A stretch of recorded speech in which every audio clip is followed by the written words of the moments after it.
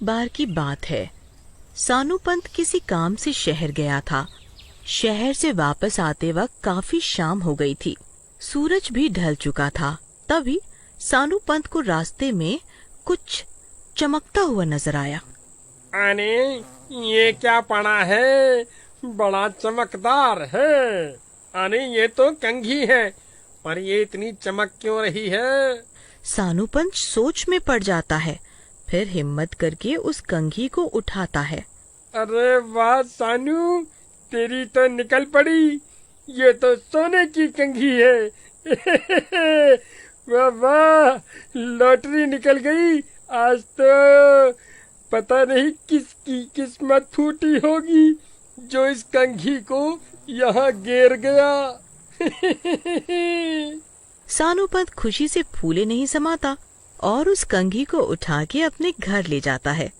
वो जादुई कंघी थी। जो भी उस सोने की कंघी से बाल संवारता, वो उस जादुई शैतानी कंघी के कब्जे में आ जाता। जादुई शैतानी कंघी एक जानी मानी चुड़ैल की थी, जो लोगों को फंसाने के लिए उस सोने की कंघी को रास्ते में छोड़ देती। फिर वो लालच में आके उसे उठा लेता और अपने बाल संवार लेता, तो उस चुड़ैल का गुलाम बन जाता। अरे आज तो मेरी बीवी खुश हो जाएगी बहुत। रोज शिकायत करती है कि मैं उसके लिए कुछ लेके नहीं जाता। फिर घर पहुँच के, अरे भगवान, फूलमती कहाँ हो? जल्दी आओ, देखो मैं तुम्हारे लिए कितना अनोखा तोहफा लाया हूँ। अरे क्या हो गया जी? क्यों गले फाड़ रहे हो? कौन सा तीर मार के आए हो आज? हाँ? अरे तुम देख के मुझे चूमती घूमोगी अगर मैंने दिखा दिया तो। जब देखो जली कटी सुनाती रहती हो मुझे। आज मैं तुम्हारी सारी शिकायतें दूर कर दूंगा। फूलमती फिर सोनू के पास जाती है। आओ मेरे पास आओ जरा, फिर दूंगा तुम्हारा तोहफा। हाँ, जब देखो प्यार छाया रहता है तुम्हारे दिमाग पे। हाँ, अरे कभी काम वाम भी कर लिया करो। हाँ नहीं तो। अरे जाने बाहर, ये देखो सोने की कंघी। फूलमती खुश होते हुए, अरे ये क्या? सोने की कंघी? ये कितनी चमक रही है। फिर फूलमती अचंभित होती है। हाँ, सच सच बताओ, कहीं कोई मुसीबत मोल लेके तो नहीं आए हो ना? अरे जानू मानू, कभी मुझ पे विश्वास भी रखा करो। ये सोने की कंघी तो मुझे रास्ते में पड़ी हुई मिली थी जब मैं वापस घर आ रहा था। अच्छा जी, फिर ठीक है। अब मैं सबको जलाऊंगी अपनी सोने की कंघी से बाल संवार के। गांव की सारी औरतें जलेंगी मुझसे, देखना तुम। हैं? पर संभाल के रखना, सोने की है ये। फिर अगले दिन फूलमती नहा धो के उस सोने की कंघी से घर के बाहर अपने बाल संवार रही होती है। अरे फूलमती, ये कैसी कंघी है जो इतनी चमक रही है? अरे अब क्या बताऊं, मेरे पति मुझसे इतना प्यार करते हैं कि मेरे सुंदर बालों के लिए सोने की कंघी ले आए। हाँ। लीलावती को कुछ ठीक नहीं लगता, पर वो बिना कुछ बोले अपने घर चली जाती है। फिर रात को फूलमती और सानू पंत जब सो रहे होते हैं, फूलमती अचानक नींद से उठती है और चुड़ैल का रूप ले लेती है। उसकी आंखें हरी और बाल लंबे काले हो जाते हैं। फूलमती सानू पंत का गला दबाने लगती है। मेरा शिकार, तो मर गो। सानू पंत का दम घुटने लगता है और उसकी नींद खुल जाती है, पर वो जैसे ही फूलमती को उसके गले को दबाते हुए देखता है, उसकी आंखें फटी की फटी रह जाती हैं। अरे जानू मानू, ये क्या कर रही हो? छोड़ो मुझे मार के खुद को विधवा बनाओगी क्या? बड़े दिनों बाद शिकार करने का मौका मिला है। आज नहीं छोड़ूंगी, आज नहीं छोड़ूंगी। सानू पंत को समझ नहीं आता कि ये क्या चल रहा है। सानू पंत खुद को छुड़वाने की कोशिश करता है। अरे छोड़ो भगवान, मार ही डालोगी क्या? ये कैसा प्यार है? प्यार प्यार ही तो बरसा रही हूँ मैं। किसी तरह सानू पंत फूलमती से अपनी जान छुड़वा पाता है और घर के बाहर भाग जाता है। अरे बचाओ रे, कोई बचाओ मुझे, मैं लुट गया, बर्बाद हो गया। मेरी बीवी तो चुड़ैल बन गई। मैं उसके लिए सोने की कंघी लाया और बदले में, प्यार के बदले मुझे मौत दे रही है। हाय हाय, मेरे कर्म निखरते।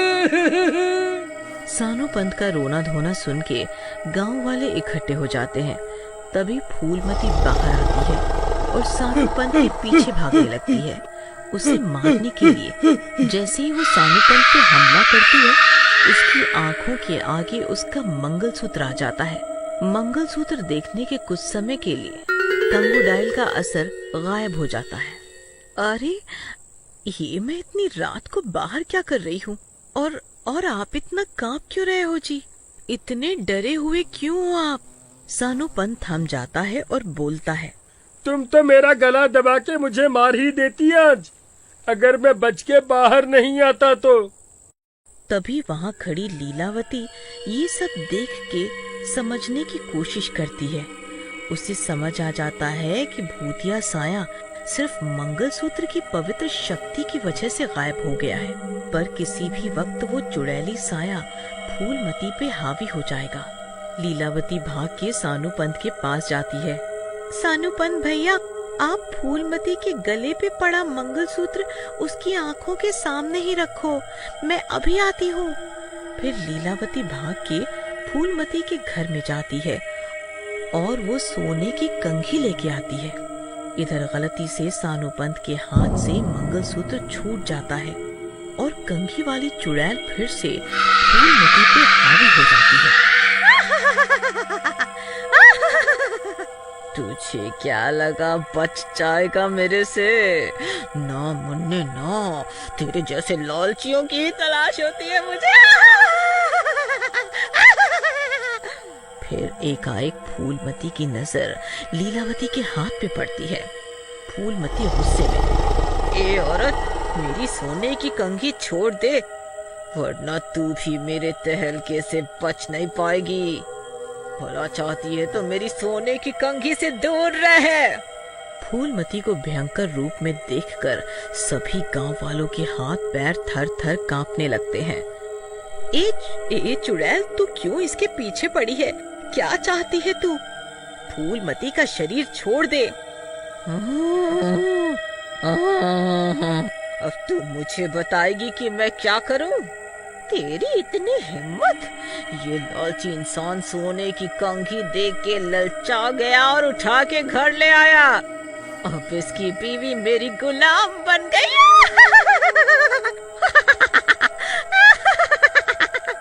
अरे चुड़ैल बहन, अपनी कंघी वापस ले लो, पर मेरी बीवी को छोड़ दो। मैं आपसे वादा करता हूँ कि आज के बाद कभी भी लालच नहीं करूँगा। मैं कैसे मान लूं कि तू लालच करना छोड़ देगा? मेरे पति ने भी मुझसे वादा किया था कि वो लालच करना छोड़ देगा। उसके साथ मेरी भी जान का दुश्मन बन गया और हमें अपनी जान से हाथ धोना पड़ा। एक एक करके लालची को मार दूंगी और